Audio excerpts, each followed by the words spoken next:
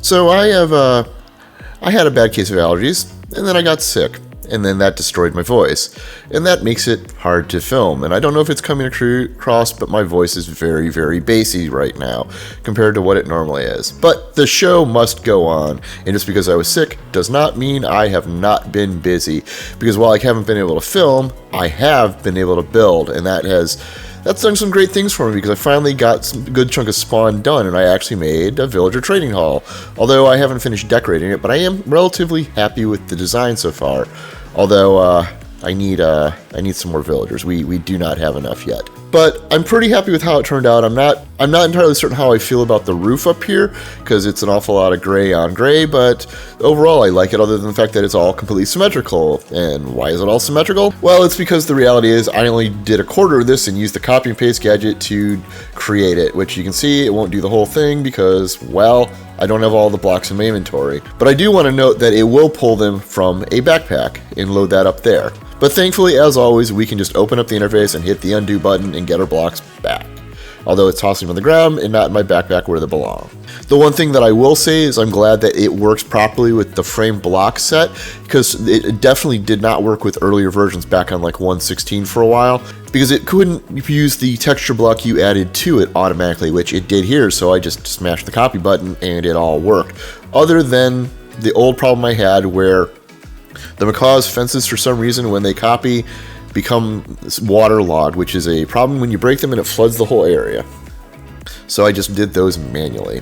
It also doesn't like the dome and ornamentum blocks, which are what those glass panes on the top are, that are horizontal instead of vertical. They're the ones that are done with this architect cutter here, where you put your blocks in and it designs whatever you want. It makes those just wooden panels, so I also left those out of my inventory, but it still put them in somehow, and I don't know how any of that works, but I know it has issues with that mod. So we just need to go feed a whole bunch of these villagers some more bread that I have just sitting here where my mob farm used to be under my base, so that they create some more that we can then turn into other villagers to trade with. And I know you're asking, how are you going to get the villagers out of here over to spawn? I mean, I could just do a rail system like vanilla, but I would normally just use the mob imprisonment tool, yield Pokeball sitting here in my hand, but they don't work in 1.19. I don't know when they changed it, probably back in 1.16, but it doesn't work on villagers anymore.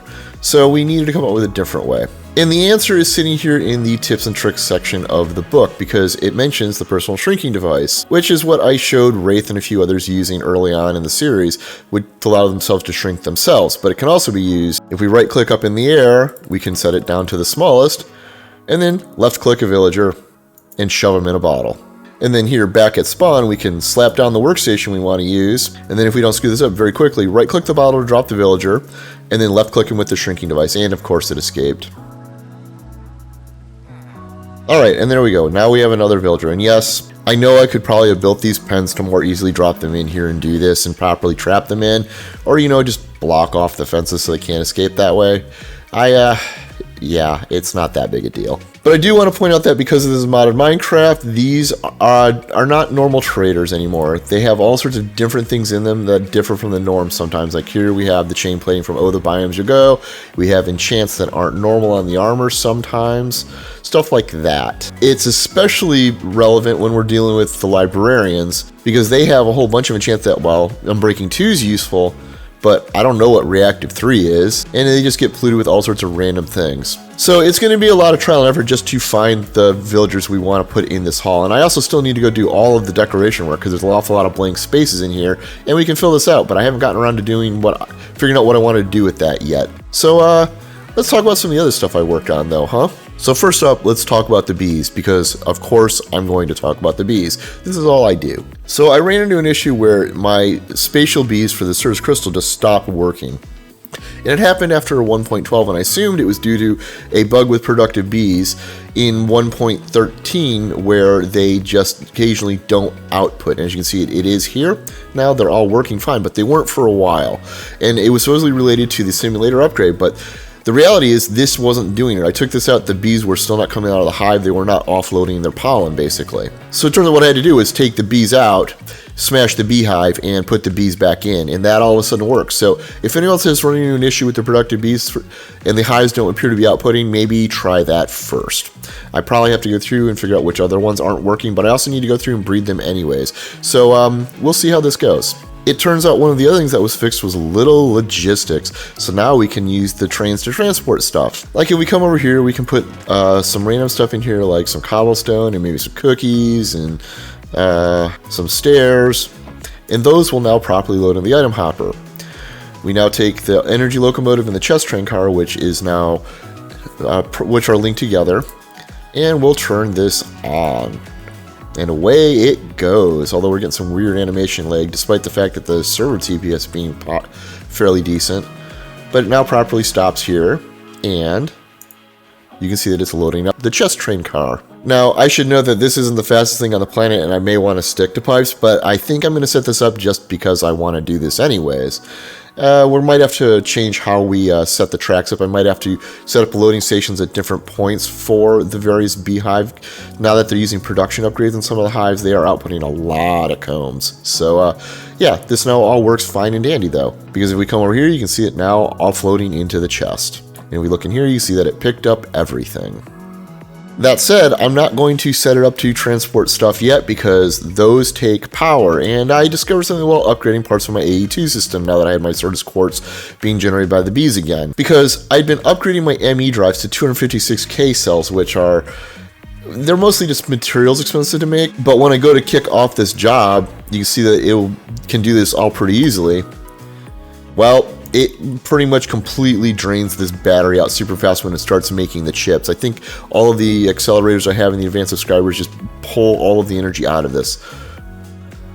As you can see, it's starting to tick down, and this will go down progressively faster as it's making more chips. Now, I could probably solve this by removing the accelerators from the advanced subscribers, but let's not move backwards, eh? Instead, we probably should just make some more power, eh? So I figured what we should do is set up a new area to start automating things. And all of this stuff is, it's all in the way. We need to do something about this.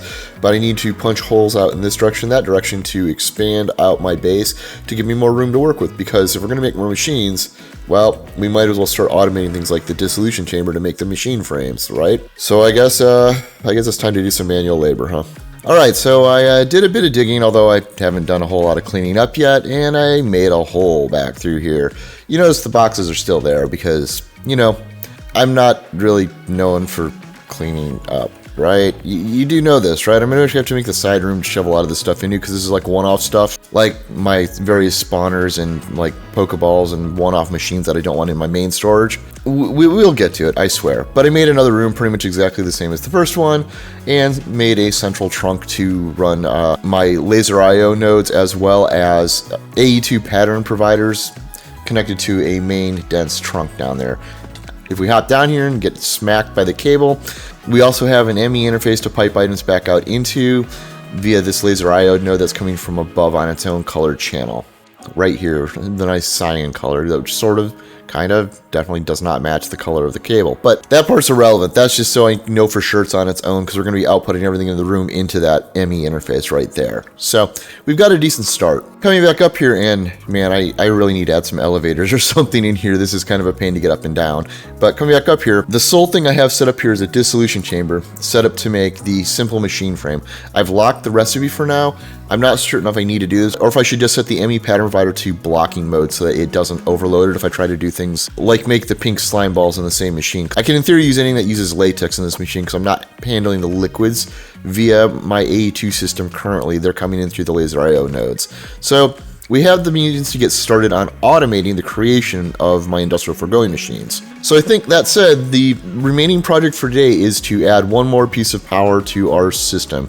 And I think I'm going to do it by continuing on over here and making the Frosty Mycelial generator, which just requires a simple machine frame, which I have automated, some snow and some ice. Now we're also going to need snow or ice to feed this to be able to get power.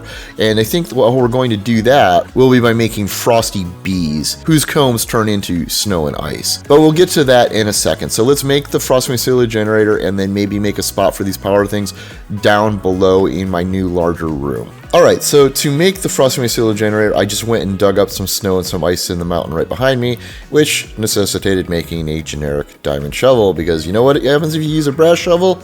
You get blocks of snow. So, that took more trips than I want to admit to, but we've got that part made. So here's a fun one. I put this down to test it, tossed a couple of the snow blocks in, and I forgot this is one of the ones that has a bad effect. You notice how I'm speeding up and slowing down? It's because anytime I'm near it, it's giving me slowness 5 when it's running. So I think I need to make a better plan to isolate these, because there's going to be some others that are going to be problematic as well, like the explosion generator and the death generator that are going to have harmful effects that we want to isolate. So I think I need to move this down or something later. Or maybe now. Now is probably a good idea. Although maybe it's not so bad because it doesn't seem to be affecting me up here, which is about where it would be, somewhere in this range. And I don't seem to be getting hit by it. So now to make the Frosty, we need to feed some ice to a sweat bee. And well, I need to keep the sweat bee that we have for other stuff, so we need to go create 2 more. And these come out of snow nests. So we just feed some treats to the snow nests, let them populate. Giving them a couple more treats to speed them up so this doesn't take all day. As you feed more of these to it, you get diminishing returns on how much it speeds it up though. So you can only really get it down to a couple minutes away. All right, feed the block of ice to the bee, convert it over to a Frosty bee, capture it, and now we can go breed them. I almost forgot the most important thing, thankfully I got 1 bee made at a time. And that's to increase the stats on the Frosty bee. There we go, that's more like it. Alright, so now we have some Frosty cones being processed. I probably need to upgrade my laser arrow network to extract from the centrifuges faster, because obviously stuff like snowballs is going to become a problem, but it will eventually empty this out at its current rate. But now we can configure the Frosty generator with an item filter to take snowballs and ice, and we'll just grind those up. And obviously I did this on the west side because we wanted to configure it before we actually started insertion, but now we need to take this out, go to the down tab, and tell it to put it in. And yep, there we go, we zoomed in because we just got slowness, but now we are generating more power. And I did both snow and ice because I don't know how fast it's actually going to consume the snow compared to how I'm making it, so we'll use the ice as a fallback. Anyhow, not a humongous ton of progress today through the pack, but I did do a lot of building this week, and we've got our basic infrastructure down so I can set up more actual automation and actually get started towards the revamp of the rainbow generator. Now that we've got this done, next time we should be able to go far deeper into Industrial Foregoing. Anyhow, if you found this episode interesting or entertaining, please consider a like or subscribe if you're new. As always, I'm Ard. Thank you for watching, and have a nice day.